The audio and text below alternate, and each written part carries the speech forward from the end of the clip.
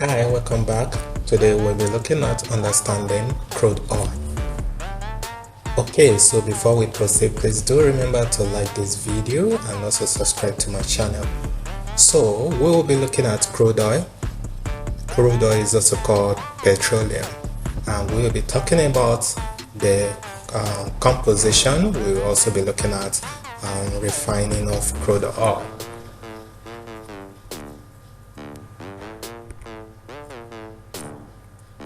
So basically what we'll be looking at today, we are going to explore the composition of crude oil and how it's being refined. We will also consider how quantity and quality of petrol can be achieved. You will also understand how low-grade petrol can cause knocking of engines. I believe you must have read about, my car engine knocked, or this due to this petrol, or so you understand the chemistry behind knocking of a car engine by virtue of the petrol being used. Okay.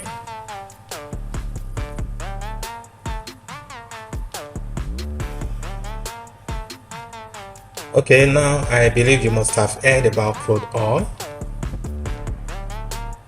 or petroleum.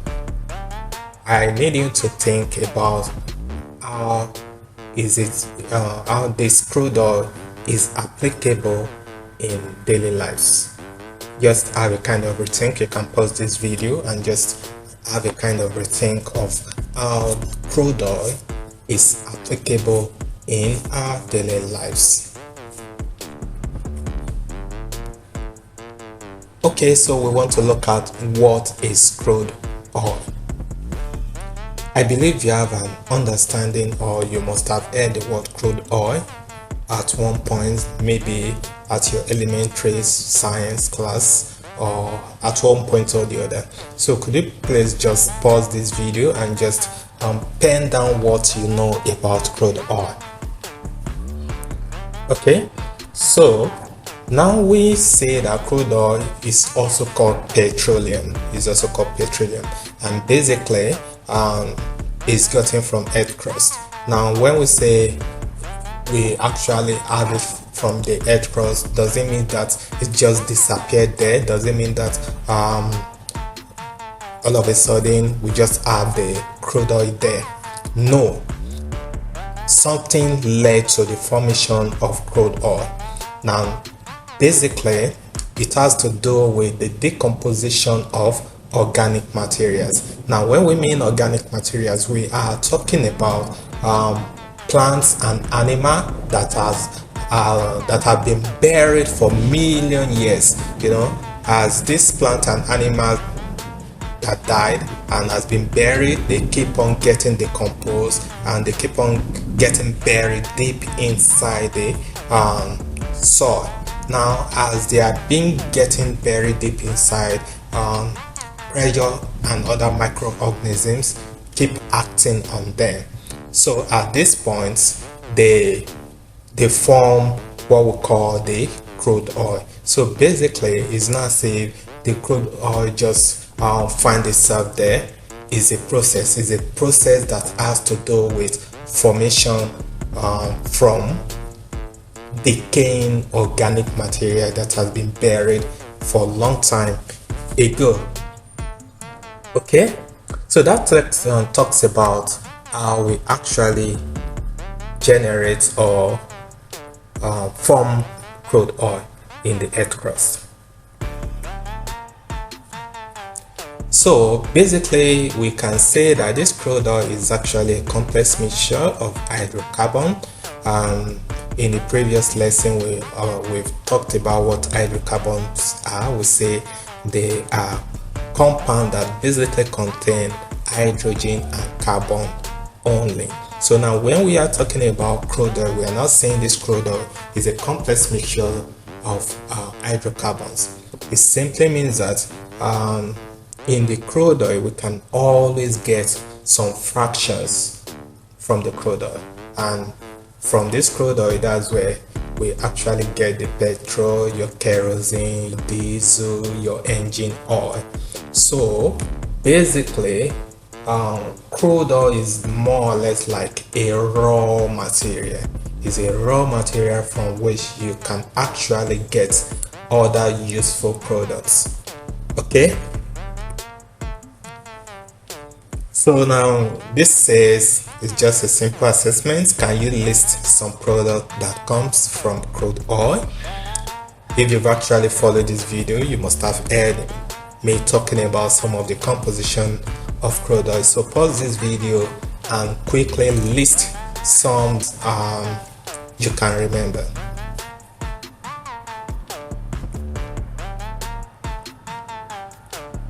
Okay, so let's quickly talk about the distillation, basically talking about the refining of crude oil. Okay, based on what I said in the last part of this video, where I said that the crude oil is a mixture of hydrocarbon. Now we should know by now that when we are talking about a mixture, it simply means it contains components. Actually, this component can be separated.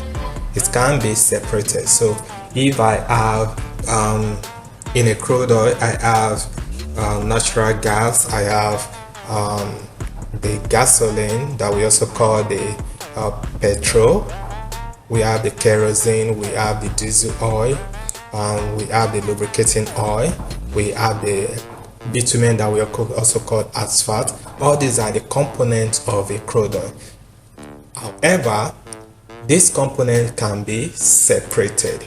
We can separate them to different fractions so that we have the gasoline separately, we have the kerosene separately. So the process of separating this component from the crude oil is what we call the refining of crude oil.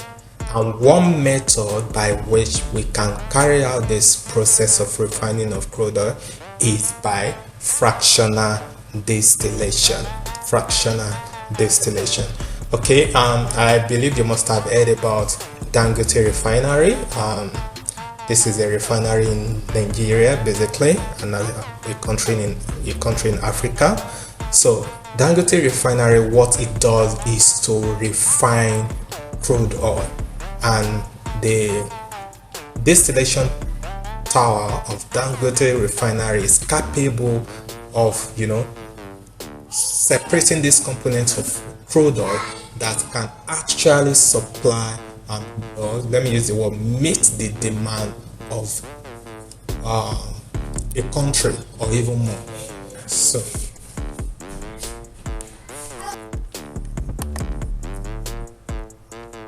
okay, so if you take a look at this diagram here, this is actually a schematic illustration of a distillation tower. So this, we can see that we have different parts. All this, we call them trays, T-R-A-Y-S. So, and they help to collect the various fraction. So when I'm talking about fraction, I mean all this. This is a fraction, this gasoline is a fraction, the kerosene is also a fraction. Now I need you to know that the basic principle behind the operation of a fractional distillation tower is based on difference in boiling points. It's based on difference in boiling points of the components of the mixture you want to separate. So when we are talking about the crude oil, we know that they are made up of these components. Now each of these components, they have different boiling points. Now as you can see, in this case now, we have the gas. The temperature at which this gas will be collected is 20 degrees Celsius. So that means that at 20 degrees Celsius is going to be separated. Then we have 150 degrees Celsius for the gasoline, 200 degrees Celsius for the kerosene. So that tells you that is based on the differences in boiling point of all these fractions that allows us to be able to separate these components. Okay.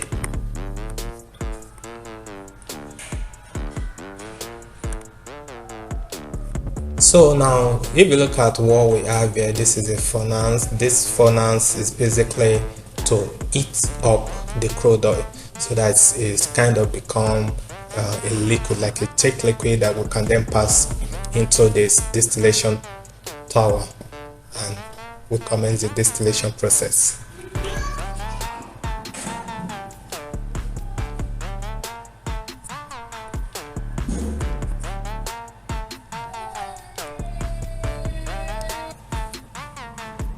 Okay, so I need you to reflect on this question. What might happen if two fractions have similar boiling points? What do you think can happen? You kindly reflect on this question. You can also make the internet. So let's look at the distillation findings. Thank you. Okay, so this basically explains what activities happen in the distillation tower. We can say the crude oil is first heated to about 400 degrees Celsius. So that tells you that here we first of all have to heat the crude oil to a very high temperature, and that temperature is 400 degrees Celsius. Please, when we are talking about the distillation process, you must be very specific and pay attention to the particular temperature upon which all these fractions are being collected. It's very important for you to be able to know the temperature upon which the fractions are being collected.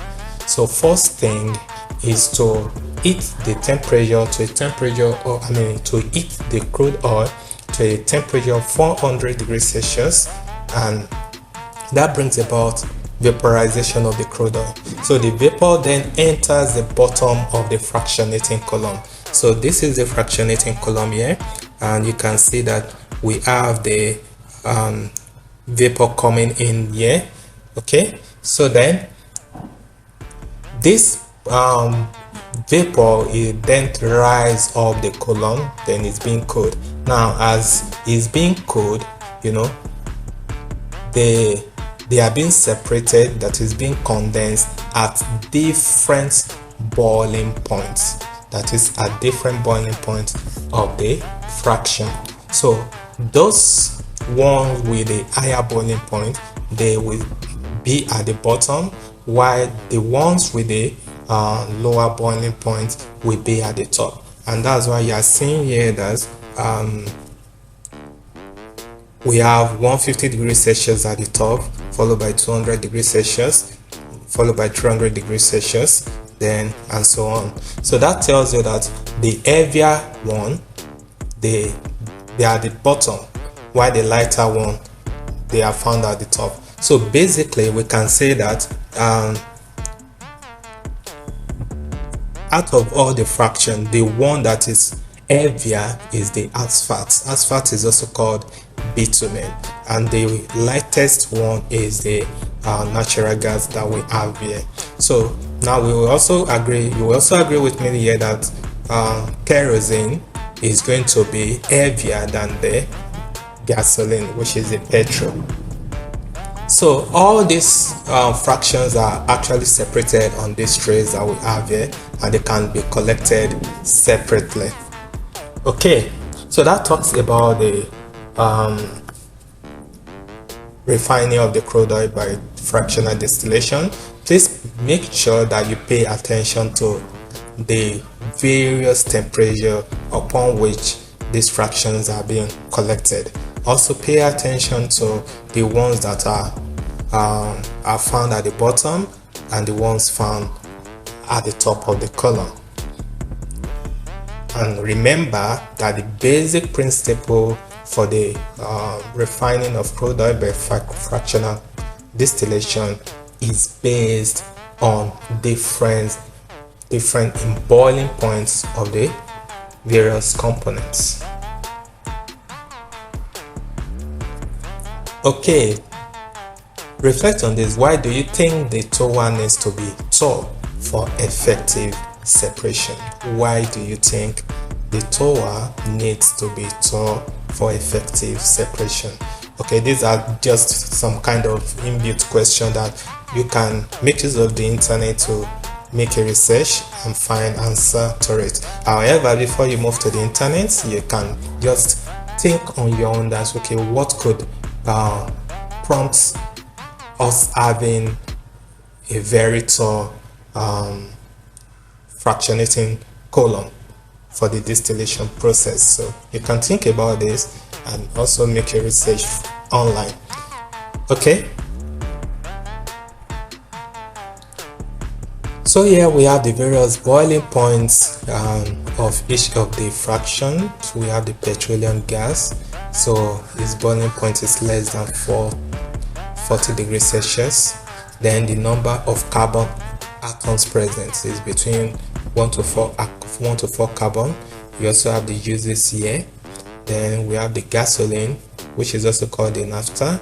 Remember, this is also called petrol. That is, gasoline is also called petrol. The number of carbon is between 5 to 10. Then this is the boiling point.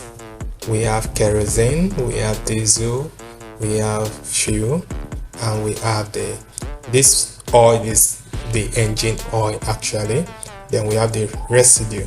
The residue is basically the bitumen, or what we call the asphalt. So bitumen is actually using road construction, that black substance that you see them using when they are constructing a road is called bitumen.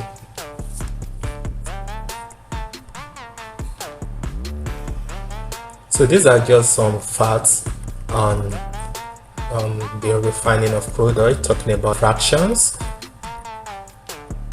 then talking about how the lighter fractions with lower boiling points are collected at the top, and heavier fractions with higher boiling points at the bottom. Okay, this is another question for you. Can you predict which fraction are used for jet fuel and which for candles? You can pause this video and reflect on that.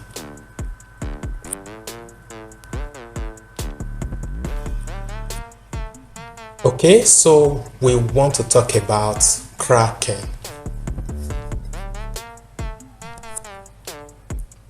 So when we say something crack, we know that it has to do with breaking. Now if it's cracked completely, then it's going to break into small pieces. So also when we are talking about fractions of crude oil or this hydrocarbon like the petrol, the kerosene, we can actually crack them. So when I mean cracking them, it simply means we can actually break them to shorter chain. Now some of these hydrocarbon, they are actually long chain hydrocarbon. For instance, if we consider that of the chain of kerosene is from the last part of the video that you saw, there is a long chain hydrocarbon, and because of that is a little bit heavier and kind of thicker than that of the petrol. So but we know that we have lesser demand for lesser demand for kerosene than petrol. There is very high demand for petrol, but actually the volume of, or let me use the word, the quantity of petrol gotten from fractional distillation might not be enough to meet the demand in the market. So but we have more quantity from the kerosene, which has a lesser demand in the market. So actually we can convert that more volume of kerosene to petrol by the process of cracking.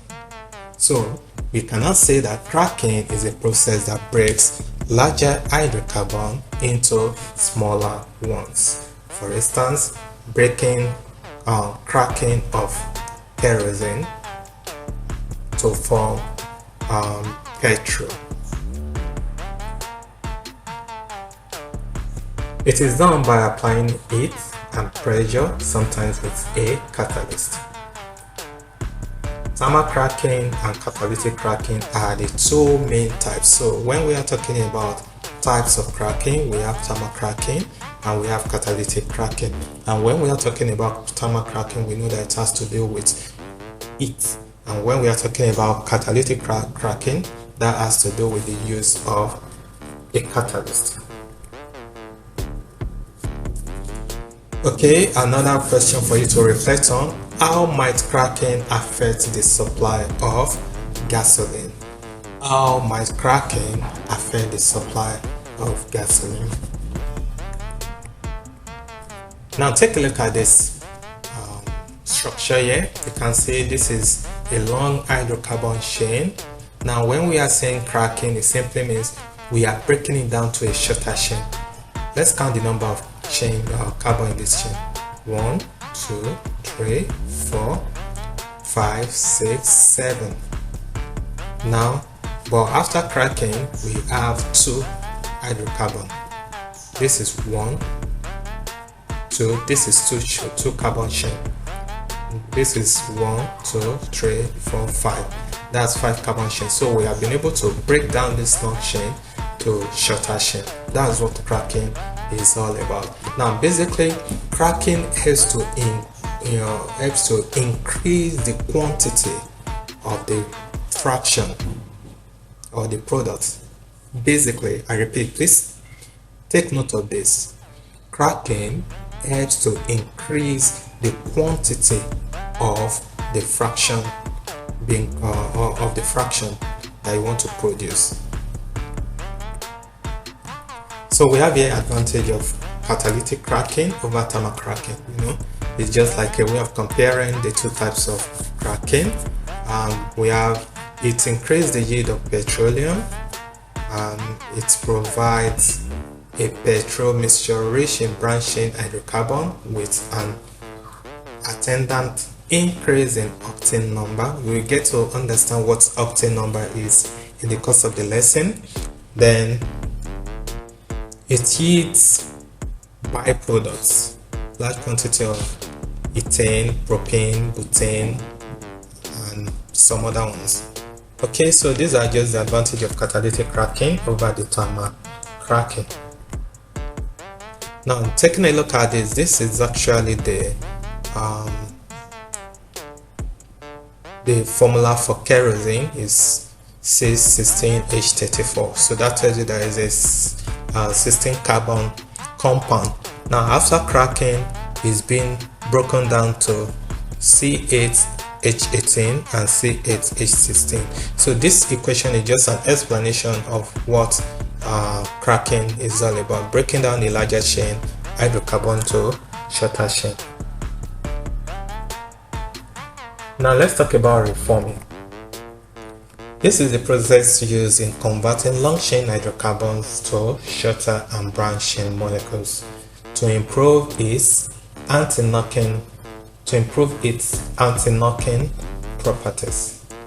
The process usually takes place in the presence of a catalyst such as oxide of silicon and aluminium at about 600 degrees Celsius and pressure between 8 and 15 atm. When we mean atm, we mean atmospheric pressure. It improves the quality of gasoline, increases octane rating. Okay, basically what the major advantage of reforming is that it improves quality, but cracking improves quantity. I hope you get that. Cracking increase quantity, whereby reforming that one bring about a better quality, a more quality products being produced. Now we have types. We have the catalytic reforming and we also have the steam reforming. So let's talk about the chemical structure in cracking and reforming. Cracking can turn alkanes into alkanes, which are more reactive. Reforming can rearrange alkanes into branch or cyclic hydrocarbons. This process often involves breaking and forming chemical bonds. Examine the chemical structures of alkanes and alkenes. How do they differ? Let's quickly pause this video and do the activity. It's saying examine the chemical structure of alkanes and alkenes. How do they differ? You might want to make reference to the video on introduction to hydrocarbon, as that video talked about alkanes and alkenes. So let's talk about the octane number. The octane number or octane rating of petrol is a mixture of the proportion of branched chain hydrocarbon to the straight chain hydrocarbon in a given blend of gasoline.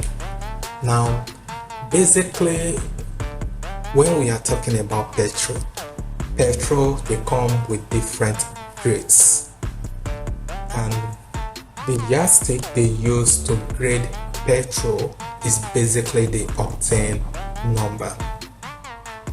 So if a petrol has a high rating, that is high octane number, we regard it as a good petrol. But if it's having a low octane number, there's tendency for that petrol to actually knock an engine. Now, what is this octane number all about?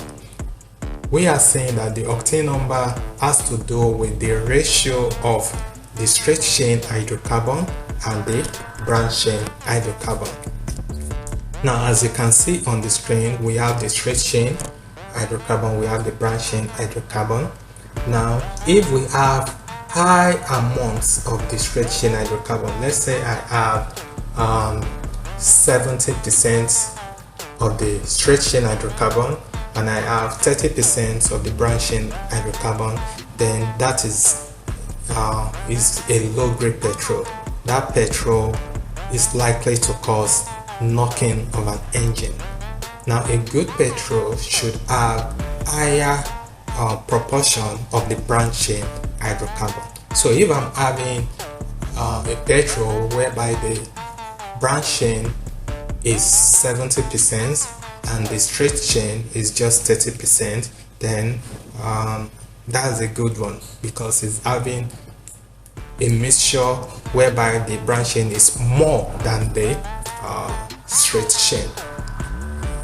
Okay, look at this. It has been shown that straight chain hydrocarbon, ethane for instance, burns too rapidly in the car engine, causing irregular motion of the pistons, which results in rattling noise called knocking. So what we are saying in essence is that if we are having high proportion of ethane in the petrol mixture, ethane they actually burn very fast, they burn quickly. So, and because they burn quickly, the piston in that engine will be working very fast, and that will bring this rattling noise, and it's this noise that we actually call knocking. But when you have a smaller portion of the straight chain, it simply means that much work, the rate at which the piston will be moving will be minimal. A straight chain alkane like ethane is assigned an octane number of 0, while a high branch chain alkane like 2,2,4-trimethyl pentane is assigned an octane number of 100, which burn very smoothly in engines. Octane number is a measure of the performance of the fuel in engines. For instance, gasoline with an octane rating of 94 is understood to contain 94% of isooctane. So this isooctane is actually a branched chain hydrocarbon and 6% straight chain ethane. Similarly, a fuel with an octane number of 50 has a performance equivalent to 50 mixture of ethane and 2,2,4-trimethyl pentane. Now, this simply means that if an octane,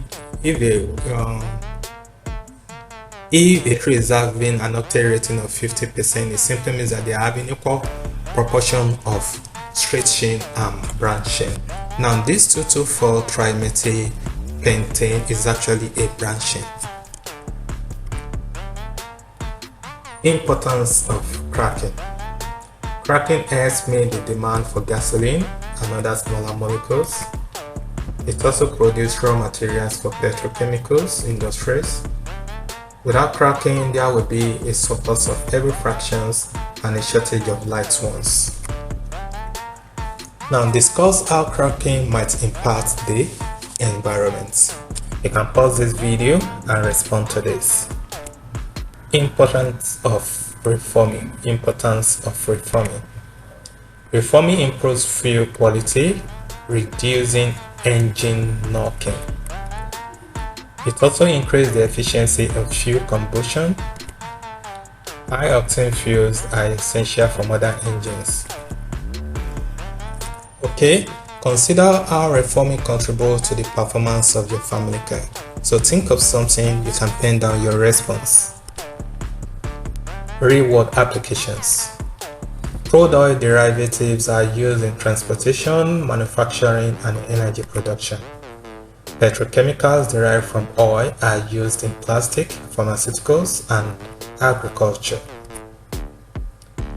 Cracking and reforming are crucial for these industries. What are some everyday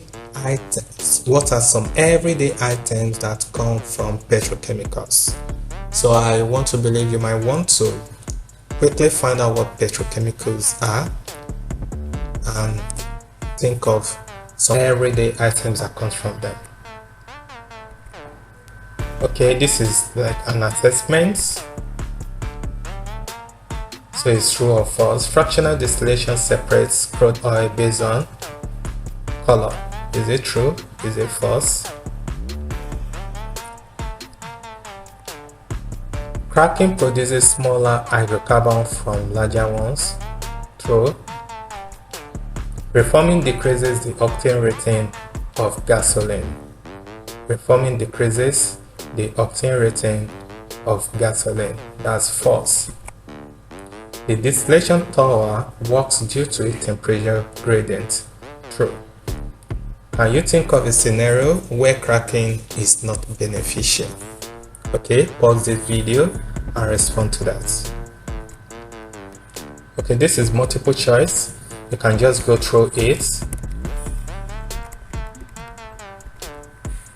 Then answer it, and once you are done, you pause the video, you check your answer.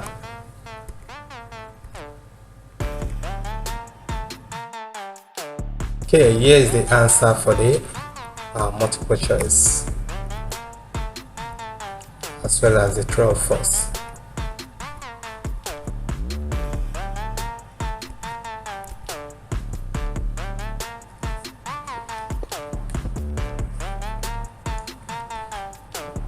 Okay, so conclusion for today's class. Today we have learned about crude oil, fractional distillation, cracking, and reforming. We have also learned the process are essential for producing fuels and products we use daily. Reflect on how the oil industry impacts both the economy and the environment. What are your thoughts on the future of energy and oil use? Why is high octane rating important for gasoline? What are petrochemicals?